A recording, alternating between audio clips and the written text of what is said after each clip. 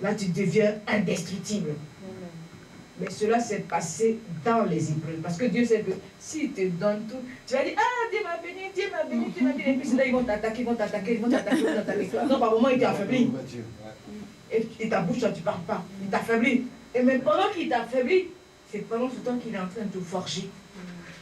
Tu sors de là, tu deviens en feu, et d'autres, ils commencent à tomber. Vous voyez, remarquez actuellement, tous ceux qui glandaient aujourd'hui, ce sont ces gens-là qui sont spirituellement affaiblis. Qu'est-ce qu'ils recherchent?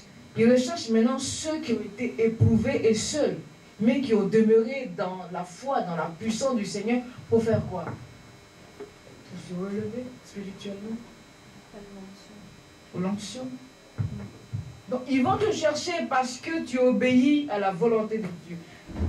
Le Seigneur veut que tu obéisses à sa volonté.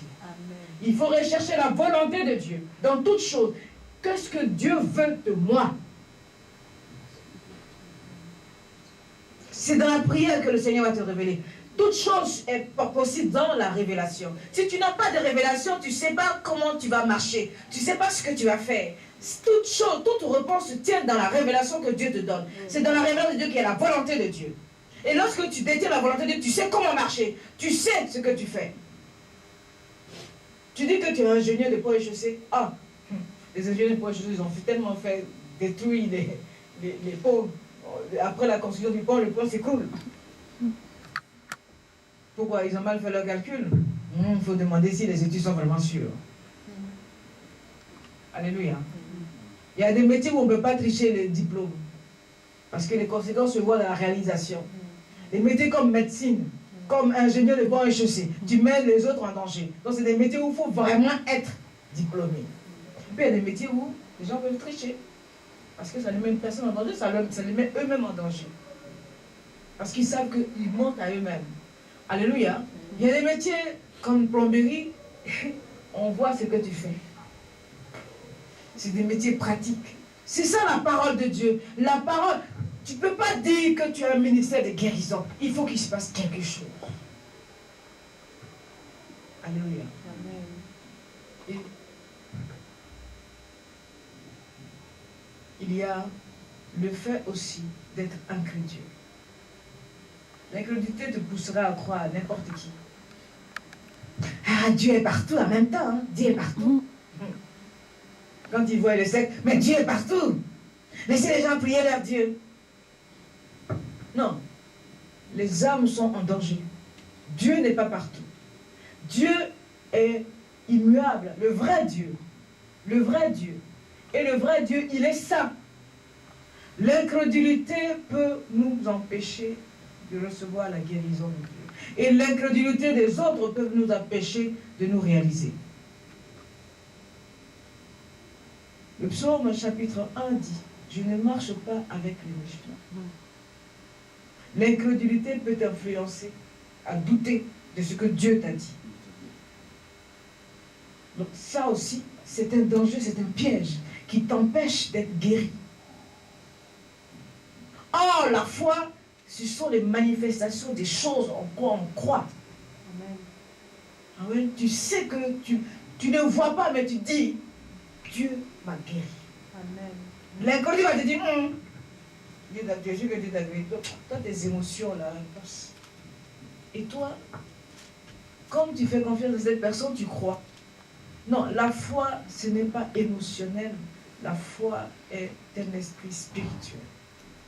Alléluia. Amen. Et donc, celui qui a la foi marche spirituellement et croit spirituellement. Et quand on dit spirituel, c'est dire je ne vois pas, je crois. Amen. Parce que si tu vois, ce n'est plus la foi. Alléluia. Amen. Donc, croyons sans avoir vu. Le Seigneur dit à Thomas, heureux sont qui croient sans avoir vu. Donc, le Seigneur parlait de nous, de cette génération qui allait venir après ceux qui l'ont vu, qui ont vécu avec lui.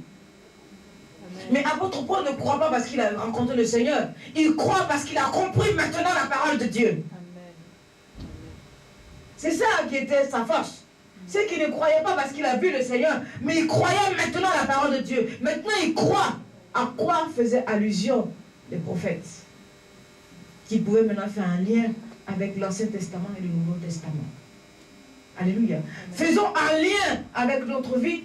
Prenons la parole et faisons un lien avec notre vie. Quand tu lis la parole de Dieu, attache ta parole de Dieu à ta vie. Et projette-toi dans cette parole. C'est ainsi que le Seigneur va agir dans ta vie en fonction de ce qui s'est passé dans la parole. Amen.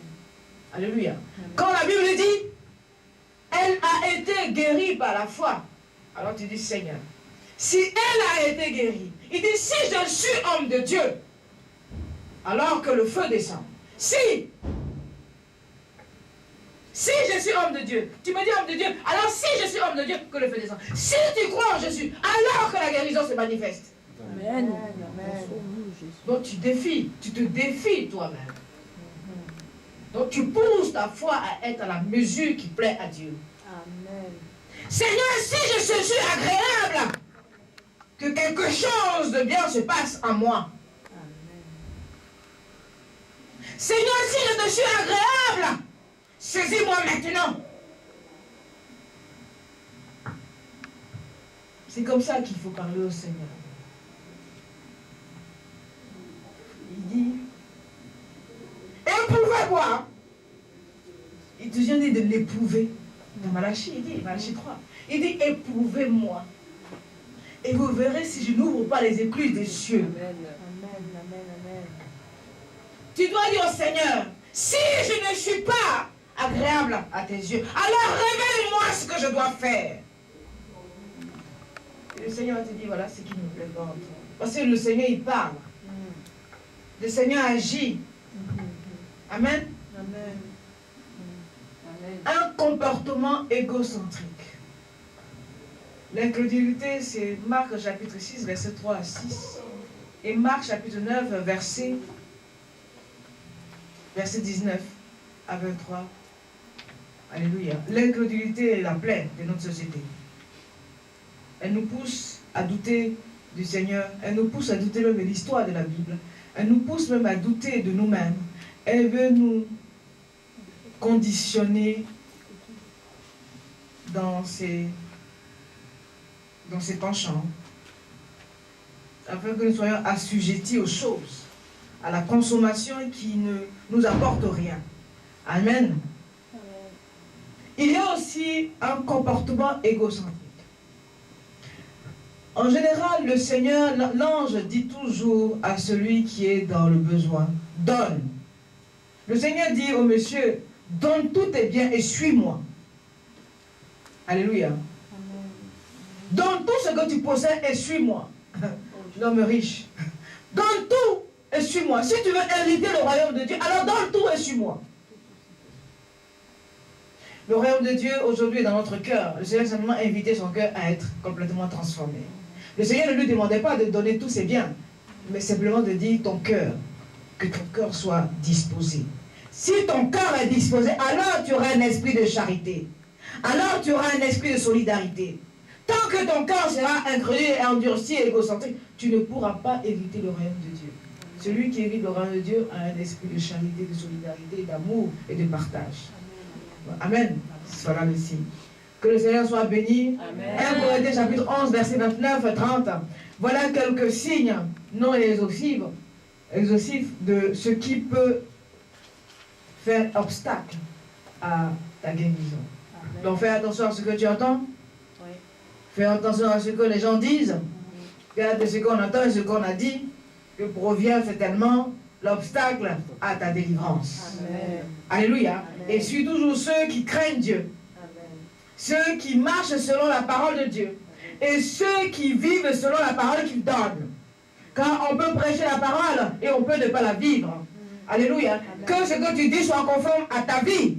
Alors il y aura onction dans ce que tu dis. Nous bénissons le Seigneur. Nous nous levons pour dire merci au Seigneur. Gloire à son nom. Amen. Alléluia. Sois béni en cette semaine. Sois fortifié en cette semaine.